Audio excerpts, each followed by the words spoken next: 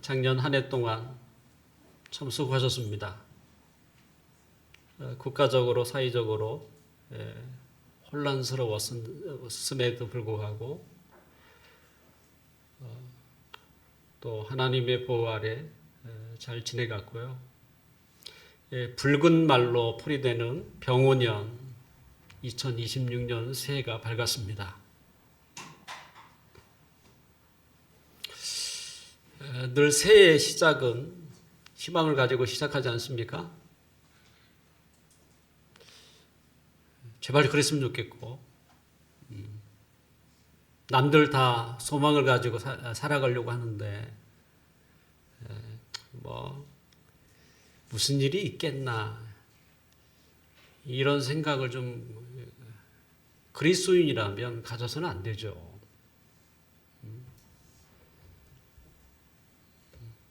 희망차게 새해를 시작했으면 좋겠고, 목회자의 그 마음으로 여러분의 개개인의 삶과 가정이나 또 하시는 일에 정말 하나님의 은혜가 풍성하기를 기도합니다.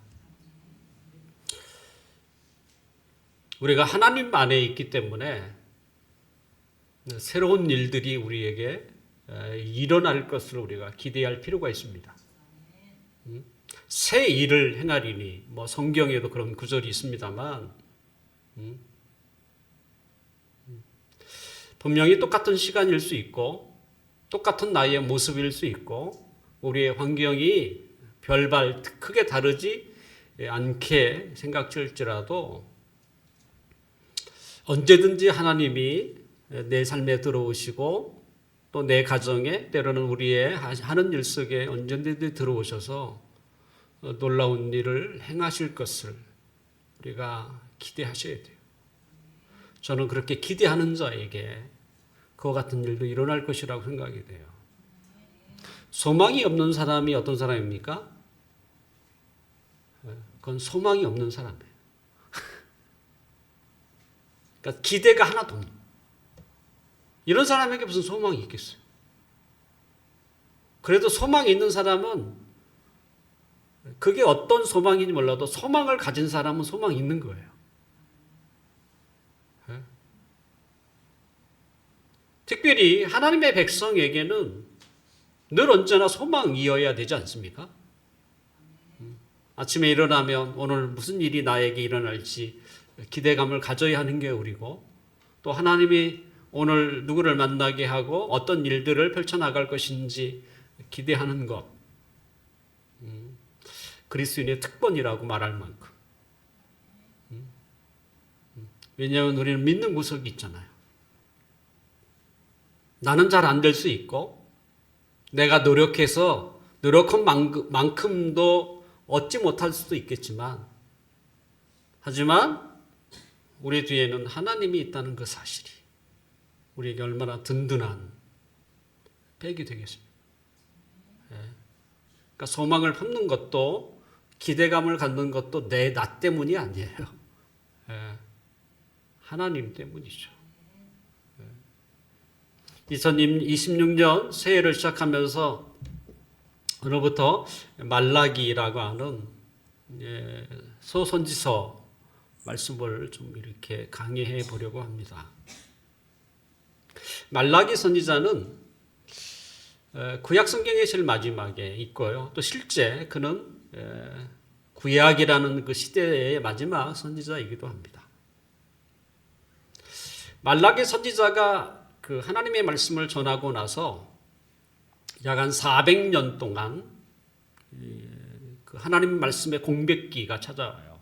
그러니까 그 누구도 하나님의 말씀을 선포하는 선지자가 나타나지 않아요.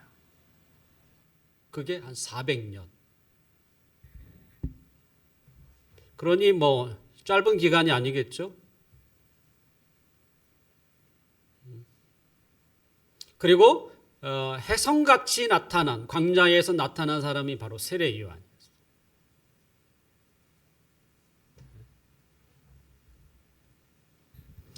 그렇다면 이 말라기 선지자가 그 구약 시대의 마지막 선지자라고 제가 얘기했는데,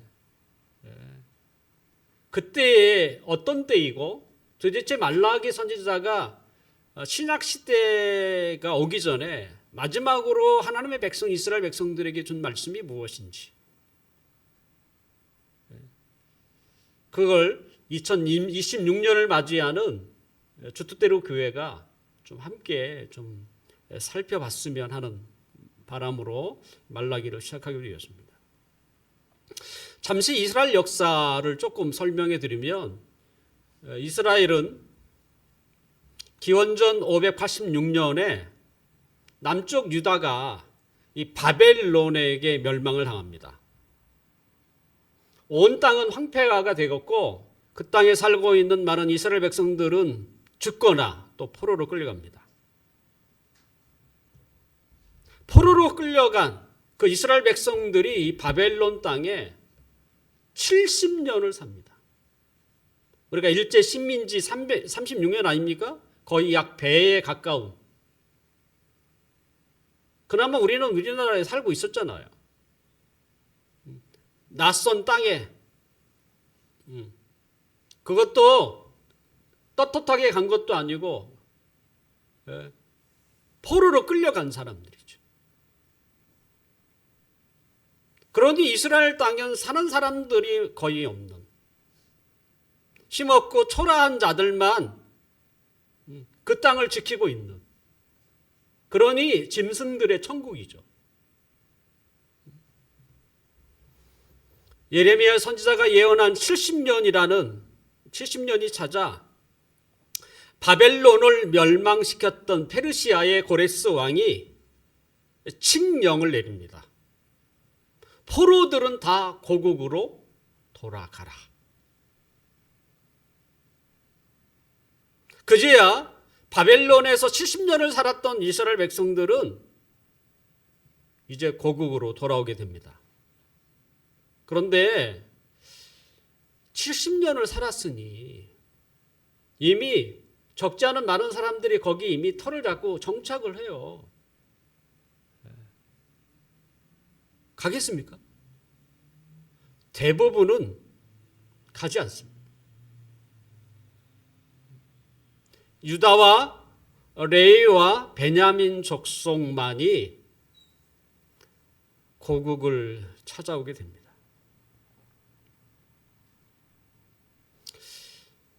황폐한 조국을 바라보며 돌아왔던 사람들은 얼마나 가슴이 미어지겠어요. 황량하기 이를 데 없고 그 옛날 화려했던 예루살렘 성은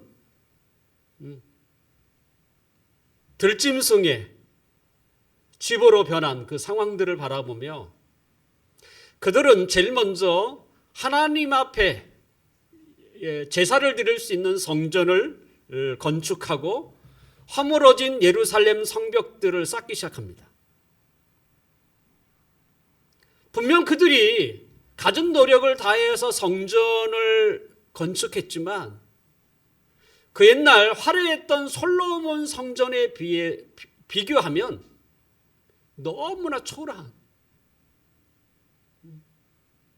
그저 그냥 하나님 앞에 제사를 드릴 정도의 건물이었던 것이지요. 더군다나 바벨론에서 돌아온 이스라엘 백성들이 이 성전이나 성벽을 짓는 것은 순조롭지 않았어요. 이스라엘 백성들이 성전을 짓겠다고 하니까 그 주변 사람들이 굉장히 못마땅해 했고요. 적지 않은 회방과 방해와 협박을 받기도 했습니다. 또는 그 협박을 통해서 성전을 건축하는 일이 중단되기도 했습니다. 그때마다 하나님은 에스라 같은 학사 겸 제사장을 보내고 때로는 느헤미야 같은 탁월한 지도력을 가진 사람을 보내기도 했습니다. 뿐만 아니라 스가랴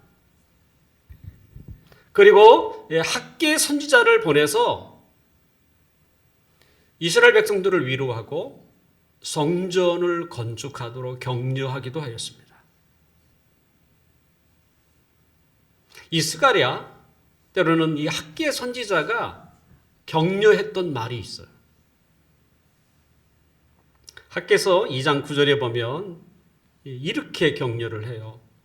이 성전의 나중 영광이 이전 영광이면 솔로몬이 지은 성전이에요. 이전 영광보다 크리라. 그러니까 보기에는 뭐 건물 겉으로 보기에는 보잘것없지만 그 영광은 이전 영광보다 훨씬 크겠다. 이렇게 이전 영광보다 크리라 만군의 여호와의 말이다. 그 다음에 또 한 가지는 내가 이곳에 평강을 주리니 만군의 여호와의 말이다. 이런 말로 백성들을 위로해요. 지금의 그 성전은 눈으로 보기에 초라할지 모르지만 하나님이 그저 솔로몬의 영광보다 훨씬 더 큰 영광을 이곳에 비추겠다. 그리고 내가 이곳에 황폐한 이스라엘 땅에 평강을 주리라. 그러니 그것만 들어도 얼마나 큰 소망이 되겠어요. 내가 지금 살림살이 하는 것이 내 형편이 그 어느 때보다도 가장 혹독한 세월을 보낼지 모르지만 내가 오뚜기처럼 일어나서 지금까지 살았던 그 삶의 어떠한 순간보다도 내가 너를 영화롭게 하겠다. 이런 말을 내가 들었다. 잠이 오겠습니까? 며칠은 잠이 안 올 거예요. 그 다음에 내가 너에게 평강을 주겠다.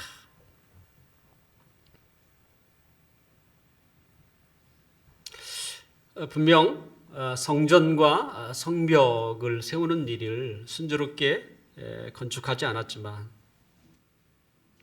그들은 여러 우여곡절 속에서 결국 성전이 지어졌고 성벽도 튼튼하게 만들어졌습니다.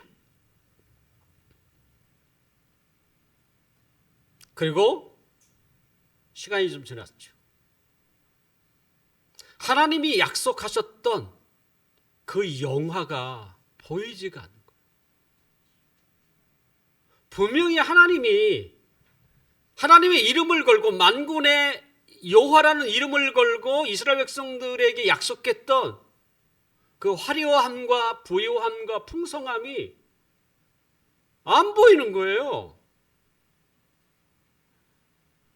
그러다 보니까 어떻게 됩니까? 이스라엘 백성들의 마음속에 뭐예요? 하나님에 대한 의심과 불신, 이런 마음이 싹트기 시작했습니다. 그리고 그런 마음들이 함께 만날 때마다 사람들의 대화의 주제가 되어버리는, 그 이스라엘 백성들이 하나님에 대해서 품었던 그 의심, 도대체 어떤 의심을 하였을까? 여러분이라면 어떤 마음이 들겠어요? 분명히 하나님이 나에게, 우리에게 그런 약속을 주어서 내가 힘을 내어 어떻게 됐든 일을 해나갔고 버텨놨는데 왜? 딱히 하나님의 능력이라 하나님의 은혜라고 말할 수 있는 이 놀라운 일들이 당장 나타나지 않을 때 여러분이 곰곰이 하나님에 대해서 어떤 마음이 들겠냐고요. 아마 그 마음이 이스라엘 사람들에게도 아마 동일하게 느꼈던 것이죠. 도대체 어떤 의심이었을까요? 오늘 본문 2절과 3절을 함께 보도록 하겠습니다. 2절과 3절. 이 앞에 읽어볼까요? 2절 써있네. 여호와께서 이르시되 내가 너를 사랑하였노라 하나 너희는 이르기를 주께서 어떻게 우리를 사랑하셨나이까 하는도다. 나 에서는 야곱의 형이 아니냐? 그러나 내가 야곱을 사랑하였고 에서는 미워하였으며 그의 산들을 황폐하게 하였고 그의 산업을 광야의 이리들에게 넘겼느니라.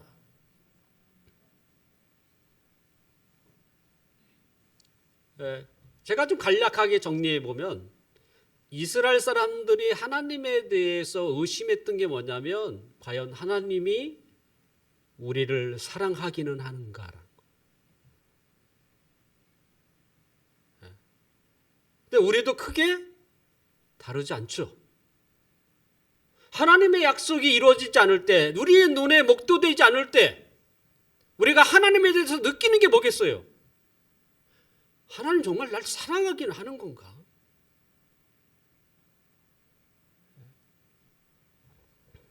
이런 의심이 들었고 불신이 들었던 것이죠.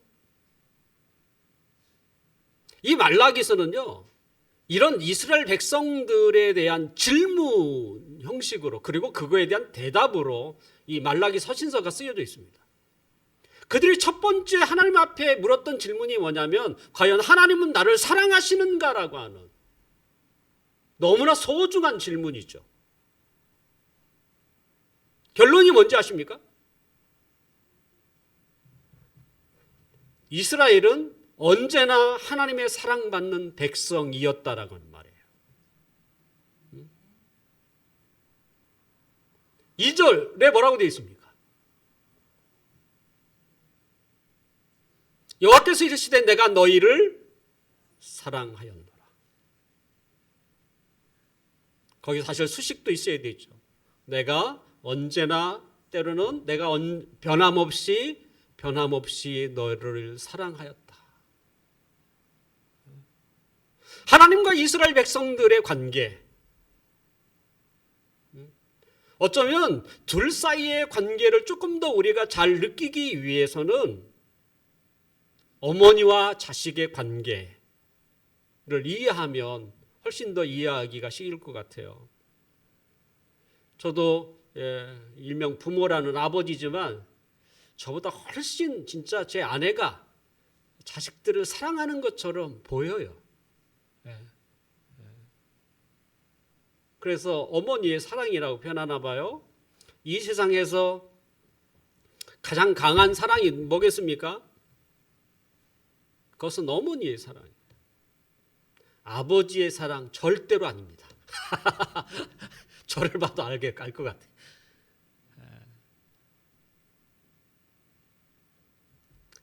그 자신이 낳은 자식이 불량스럽고 때로는 못된 자녀라고 할지라도 어머니의 눈에 비치는 자녀는 늘 사랑스러운가 봐요.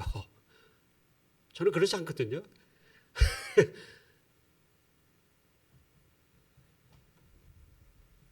이게 그죠? 어머니의 사랑. 그런데 이 어머니의 사랑, 이 세상에서 가장 강하다고 하는 어머니의 사랑보다도 더 강한 사랑이 있다면 그것은 하나님의 사랑이에요. 이건 더 강합니다. 그러면 우리가 하나님의 사랑을 이해하는 데 도움이 될 것 같아요. 성경에도 그것을 빗대어서 우리에게 이렇게 얘기를 하는데요. 이사야 49장 15절 이하에 보면 이렇게 되어 있습니다. 여인이 어찌 그 젖 먹는 자식을 잊겠으며 자기 태에서 난 아들을 긍휼히 여기지 않겠느냐. 그런 경우는 거의 없다는 거죠. 뭐 100%는 아닐지라도, 그죠? 거의 없다는 거죠. 근데 그들은 혹시 잊을지라도 나는 너를 잊지 아니할 것이요. 그러니까 어머니의 사랑이 가장 강하지만 어머니도 어떤 경우에는 그렇지 않을 수도 있다는 얘기 아닙니까?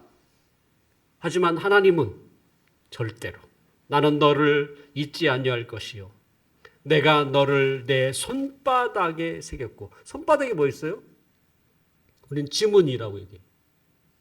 지문이 없어지지 않죠. 변하지도 않고. 하나님이 우리를 뭐예요? 지문처럼 아예 새겼다는 거야. 그러니 다윗도 이런 고백을 했습니다. 그때가 언제인지 잘 모르겠어요. 시편 27편 10절에 보니까 내 부모는 나를 버렸으나 여호와는 나를 영접했다. 환영했다. 이렇게 고백을 하고 있어요. 결과적으로 하나님의 사랑이 어머니의 사랑보다도 훨씬 강하고 크다는 것을 우리는 알게 되는 것이죠. 오늘 본문에 함께 읽었던 이 구절에서 그 하나님의 사랑이 얼마나 강한지 그것을 우리에게 표현하는 것이 있는데 그것이 바로 선택이라는 단어입니다. 한번 따라서 해보시죠. 선택. 선택. 초이스죠. 모두가 아니죠. 여러 사람이 있는 가운데 특별히 어떤 사람, 그걸 우리는 선택이라고 부르죠. 이스라엘이라는 이름은 사실은 이삭이 낳은 두 아들 중에 야곱의 또 다른 이름입니다. 그러니까 아브라함의 아들 이삭에게는 두 명의 자식이 있죠. 에서와 야곱. 이들은 쌍둥이입니다. 에서가 야곱보다 조금 일찍 태어난 것이죠. 근데 하나님은 아직 에서와 야곱이 태어나기 전에 하나님이 뭐라고 말씀하시냐면 내가 야곱을 선택했다 이렇게 되어 있어요. 오늘 본문에는 뭐라고 표현되어 있냐면 사랑이라고 표현되어 있습니다. 내가 야곱을 사랑하기로 했다는 거야. 이게 선택의 의미예요. 하나님이 나를 선택했다는 말은 뭐냐면 다른 말로 표현하면 뭐예요? 내가 이제부터 너를 사랑할 거야 라고 하는 거. 같은 말이에요. 네?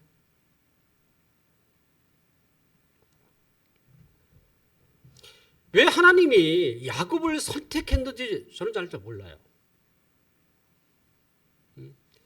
야곱은 쌍둥이지만 둘째예요. 늦게 태어났다는 것으로. 에서가 형입니다. 근데 에서의 모습을 보면 굉장히 사내다워요. 그 다음에 사냥하기를 좋아하고.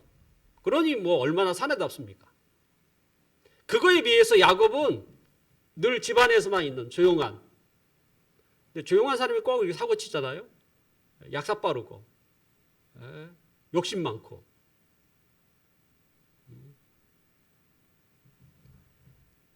그 두 사람 중에 여러분이라면 누구를 선택하겠어요? 당연히 에서 쪽으로 기울어지지 않겠습니까? 근데 하나님은 이들이 태어나기 전에 야곱을 사랑하기로 선택했어요. 왜 하나님이 야곱을 선택했느냐라고 할 때 당사자인 야곱에서 우리는 이유를 찾을 수 없어요. 하나님이 우리를 선택했다. 우리에게서 원인이 있지 않아요. 그것은 하나님께 있어요. 이걸 하나님의 주권이라고 우리가 표현하는데요. 나중에 물어보세요. 하나님 앞에 가거든. 하나님은 왜 나 같은 자를 선택하셨냐?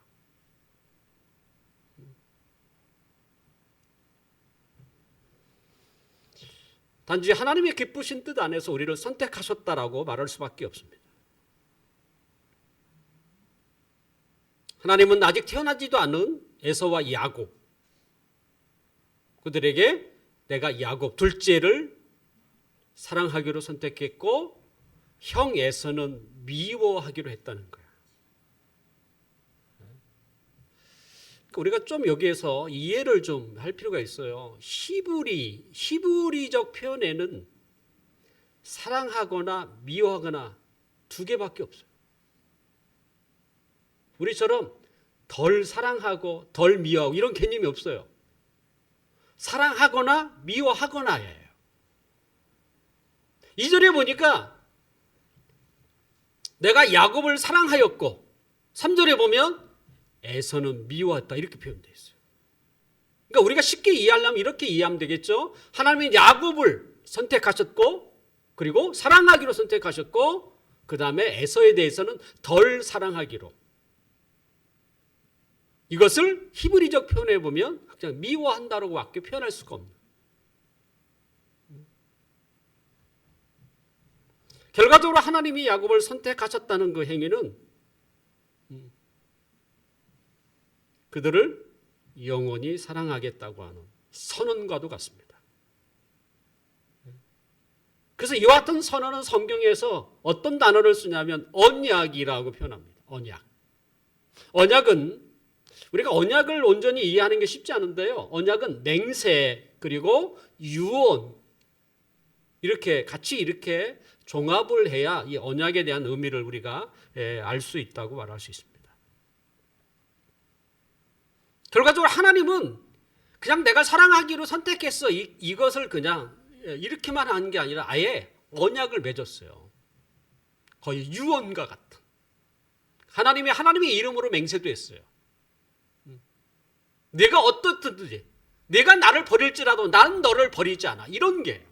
그러니까 하나님은 인간의 그 어떤 행위에 상관없이 내가 너를 선택했고 사랑하기로 했고 그리고 이 사랑은 언약으로 맺어진 어떤 일이 있어도 어떤 상황이 돼도 나는 너를 사랑할 거야. 네가 나를 어떻게 상관하든 이 언약을 수정할 수 없다는 것이죠.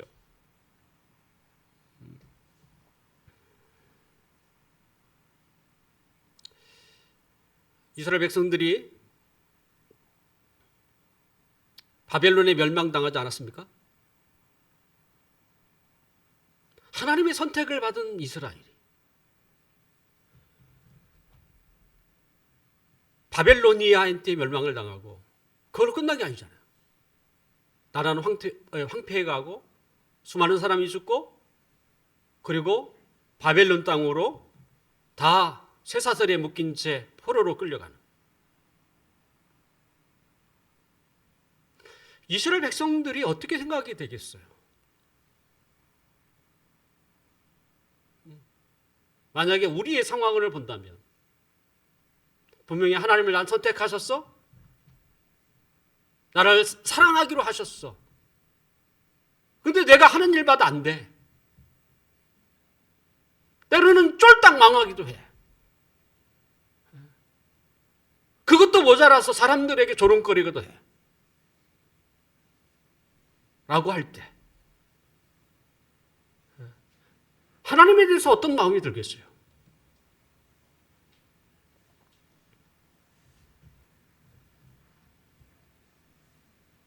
바벨론은 이스라엘만 정복한 게 아니고요. 아까 야곱의 형 에서의 후손 에돔도 나중에 멸망시킵니다. 그렇다면 왜 이스라엘은 멸망을 당했을까? 그 이유는 이스라엘의 죄악이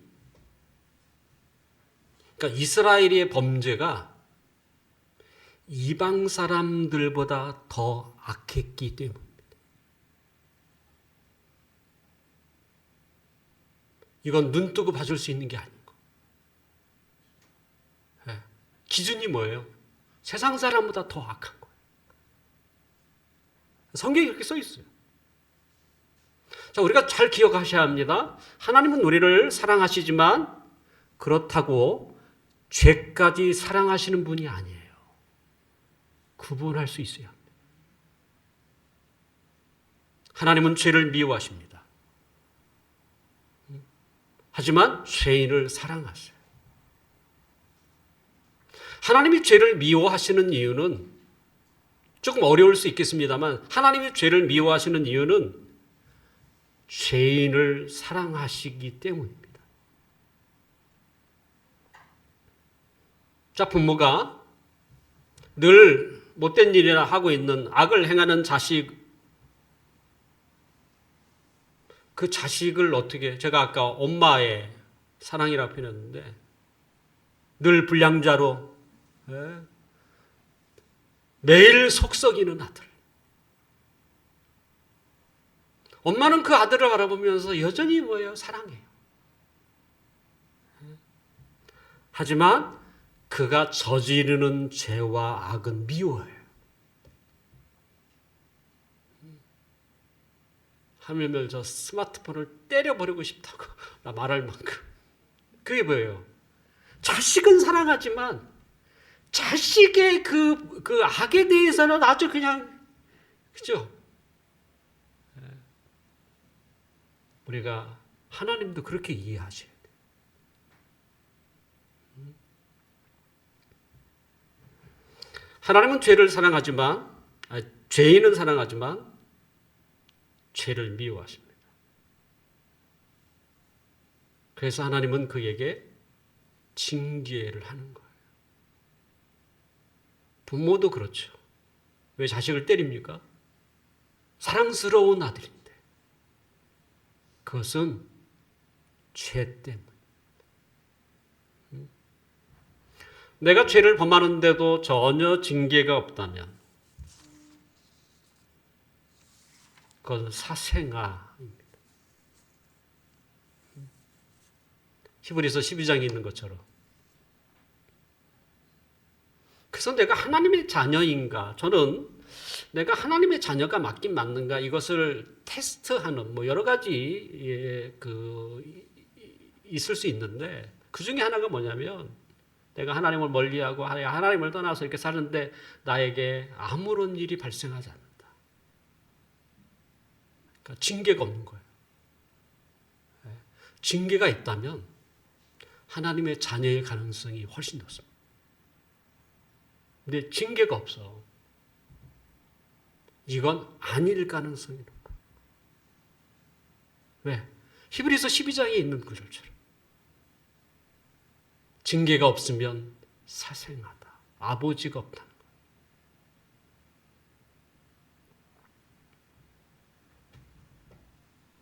하나님은 이스라엘의 그 범죄한 그 악 때문에 그들을 징계했어요. 그것이 바벨론의 멸망을 받게 했고 또 포로로 끌려가게 한 것이죠. 근데 하나님에게는 늘 뭐예요? 이 징계가 징계라는 게 뭡니까? 기간이 있죠.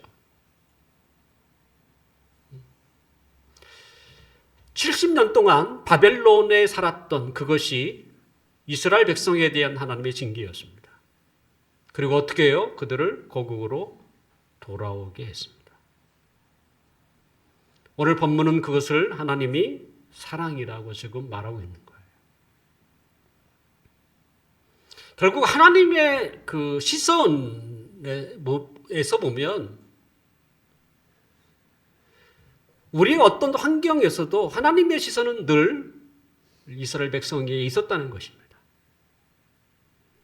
부모의 눈에는 누구만 보입니까? 자식만 보입니다. 수백 명이 몰려 있어도 부모가 찾는 건 자기 자식밖에 없어요. 그리고 자식밖에 보이지도 않아. 남이야 뭐든지. 하나님도 마찬가지예요. 많은 사람이 살고 있지만 하나님의 시선에는 하나님의 자녀밖에 없어요. 안 보여요.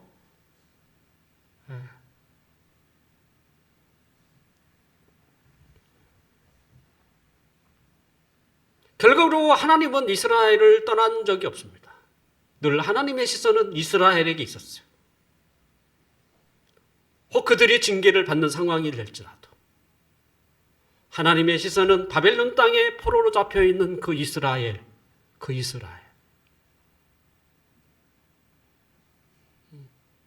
그리고 징계가 빨리 끝나기를.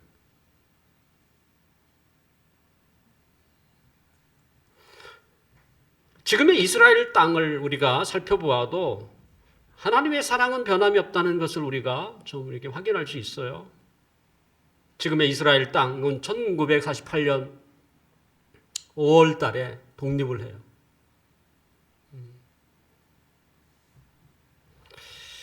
이스라엘이라는 그 사람들이 1948년 독립을 하는데 약으로 계산하면 2000년 동안 나라 없이 떠돌아다닙니다. 실제 그랬습니다. 유럽에 있는 사람들이 유대인들을 다 뿔뿔이 그 이유가 뭐냐면 예수님을 죽인 자들이라고 하는, 유대인이 죽였거든요. 그 다음에 유대인들이 뭐라고 얘기했습니까? 예수님의 죽인 죄에 대한 그 대가를 우리와 우리의 후손들이 받겠다고 얘기했어요. 그 말대로 이스라엘 백성들은 이스라엘 그 땅에 살지 못했어요. 다 흩어졌어요. 그러기를 몇 년? 약 2000년이라는 2000년.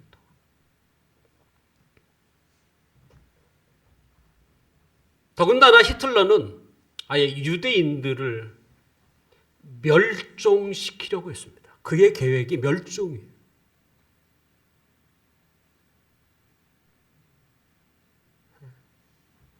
하지만 이스라엘은 독립했고요. 주위 강대국의 그 아랍 세계에서도 잘 지금 버티고 있는, 세계 역사에 이런 예가 이스라엘 외에는 없습니다. 이런 예가 없어요. 하나님의 백성에 대한 하나님의 사랑도 똑같습니다. 유례가 없이 하나님의 백성에 대한 하나님의 지극한 사랑은 유례가 없을 만큼 이스라엘에 대한 하나님의 사랑이 하나님의 백성에 대한 하나님의 사랑과 똑같아요. 그게 다르지 않습니다. 사도 바울은 하나님의 사랑을 이렇게 표현했어요. 자기 아들을 아끼지 않고 우리를 위하여 내어주신 분이라나.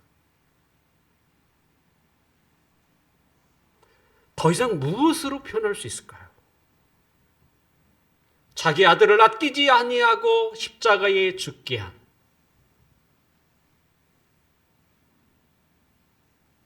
더 바랄 수 있는 것도 없어요. 누가 죄인을 위해서 의로운 아들을 죽게 하겠습니까? 하나님은 죄인된 우리를 사랑하셔서 그의 아들, 의로우신 아들 예수 그리스도를 십자가에 죽게 하신 것이죠.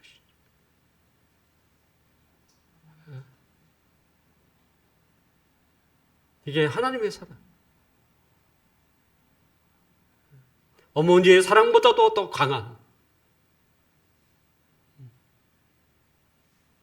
변함없는 하나님의 사랑.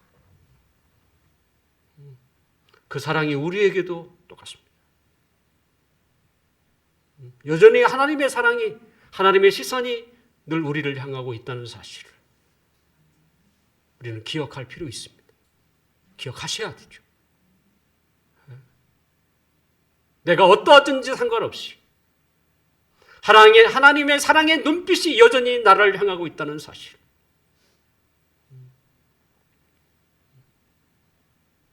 여러분들이 꼭 기억하시고 또 그것을 통해서 여러분이 용기를 내시고 2026년 새해를 희망을 가지고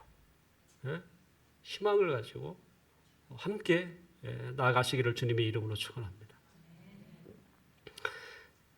그렇다면 하나님이 덜 사랑했던 에서, 때로는 에돔은 어떻게 됐을까? 오늘 본문 4절과 5절을 함께 볼까요? 4절과 5절 이 앞에 있습니다. 함께 읽어볼까요? 시작. 에돔은 말하기를 우리가 무너뜨림을 당하였으나 황폐된 것을 다시 쌓으리라 하거니와 나 만군의 여호와는 이르노라. 그들은 쌓을지라도 나는 헐리라. 사람들이 그들을 일컬어 악한 지역이라 할 것이요 여호와의 영원한 진노를 받은 백성이라 할 것이며 너희는 눈으로 보고 이르기를 여호와께서는 이스라엘 지역 밖에서도 크시다 하리라.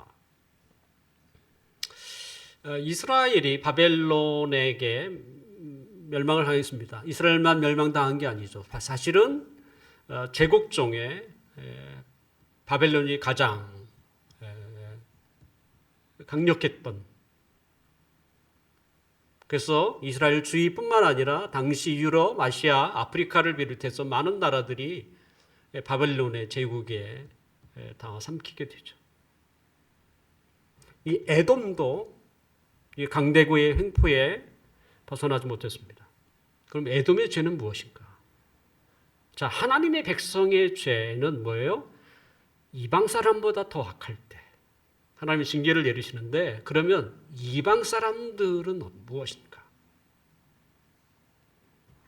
그것은 죄의 관영이라고 부릅니다. 죄의 관영. 오늘 4절에 보니까 뭐라고 되어 있습니까? 4절. 사람들이 그들을 일컬어 무슨 지역이라고요? 악한 지역이라 할 만큼 악이 횡행했습니다. 그러니까 세상에 악이 한 곳에만 있는 게 아니라요, 모든 사람들이, 대부분의 사람들이 다 악에 물들어 있을 때 이걸 악의 관영이라고 부르는데, 하나님이 그러면 하나님의 심판을 하세요. 역사에 얼마나 많은 나라들이 세워지고 얼마나 많은 나라들이 없어졌는지. 그런데 한결같이 그들이 없어질 때는요, 악이 극에 달했어요.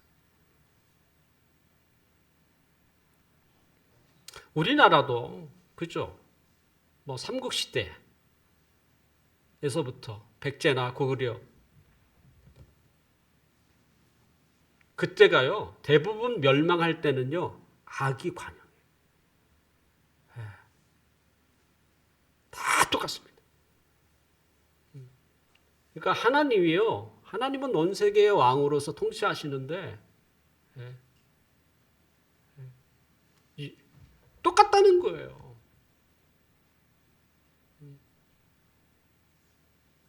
악이 관영하지 않은 나라가 멸망한 일이 없어요. 다 마지막은 악이 관영.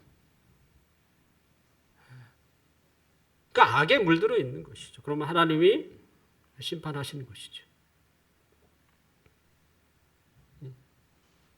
이런 기준에 의하면 하나님은 하나님의 백성의 왕뿐만 아니라 세상에서도 하나님은 왕으로 통치하고 계시는 것이죠.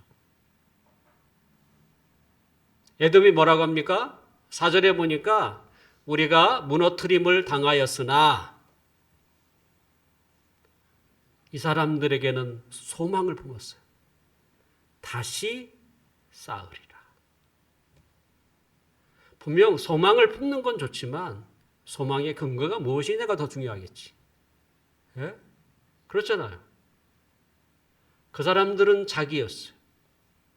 지금 우리가 바벨론에게 무너뜨림을 받았지만 우리는 다시 일어날 거야 라고 하는.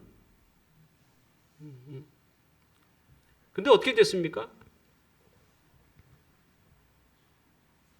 그들은 소망되지 않았습니다. 왜요? 하나님이 그들을 덜 사랑했기 때문에. 결국 에돔이라는 나라는 역사에 사라져요. 그들의 소망은 의미가 없어요. 왜? 이스라엘과 다르거든요. 이스라엘은 하나님의 사랑을 받은 선택한 곳이지만 에돔은 그렇지가.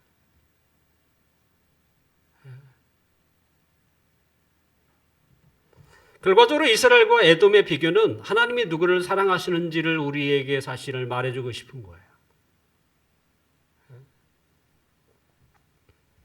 분명 말라기 시대의 이스라엘은 예전에 번영했던 때와 비교하면 비교가 되지 않을 만큼 황폐하였습니다. 하지만 하나님이 그들을 사랑하지 않은 것이 아니었습니다. 하나님이 사랑하기로 선택했고 사랑하기로 언약을 맺었으며, 그리고 하나님은 변함없이 언제나 그들을 사랑했습니다.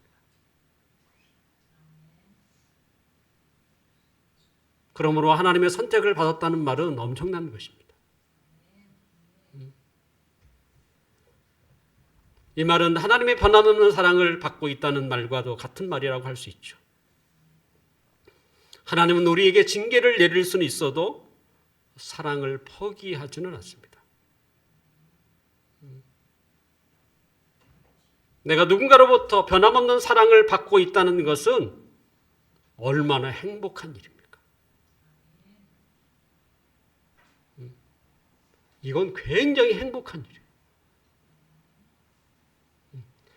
로또 이런 의미가 아니에요. 로또 뭐 하면 뭐 얼마나 행복하겠어요. 일주일 될까? 모르겠네. 근데 누군가로부터, 그런 건 아니어도 누군가로부터 내가 관심과 사랑을 받고 있다. 그것도 변함없이 언제나. 이걸 우리가 생각하고 그것은 정말 행복한 일이에요.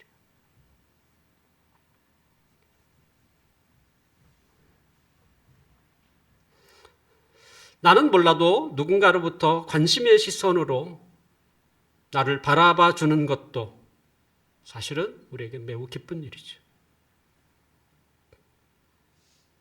이제 2026년 새해가 시작됐습니다. 올 한 해도 우리를 향한 하나님의 사랑은 변함이 없을 것입니다. 문제는 우리가 그것을 얼마나 느끼고 살아가느냐에 있겠죠. 그러려면 매일 좀 하나님을 찾는 삶을 사셨으면 좋겠어요. 그리고 하나님의 사랑스러운 권면에 순종했으면 좋겠습니다. 그리고 그분의 이끄심에 믿음으로 반응했으면 좋겠습니다.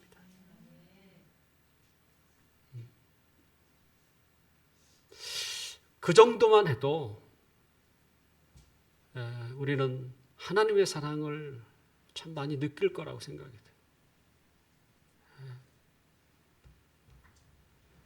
우리가 하나님과 멀어지면 하나님의 사랑을 느끼지 못한다는 것이에요. 하나님의 사랑하지 않는 게 아니라 하나님의 사랑을 느끼지 못한다는. 하나님을 가까이 하십시오. 그러면 하나님의 사랑을 느끼게 될 것이고, 그러면 우리가 행복하고 기쁨이 있을 것이고, 우리의 입에는 말로 다 할 수 없는 감사가 하나님 앞에 올려질 것입니다.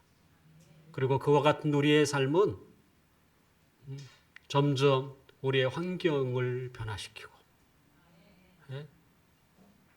그와 같이 우리가 그런 마음을 가지고 품고 살면 하나님께서 우리의 삶에 놀라운 일을, 새 일을 행하시지 않겠습니까? 그 믿음으로, 그런 기대로 한 해를 시작하시고 또 한 해를 보내시기를 주님의 이름으로 축원합니다. 기도하겠습니다.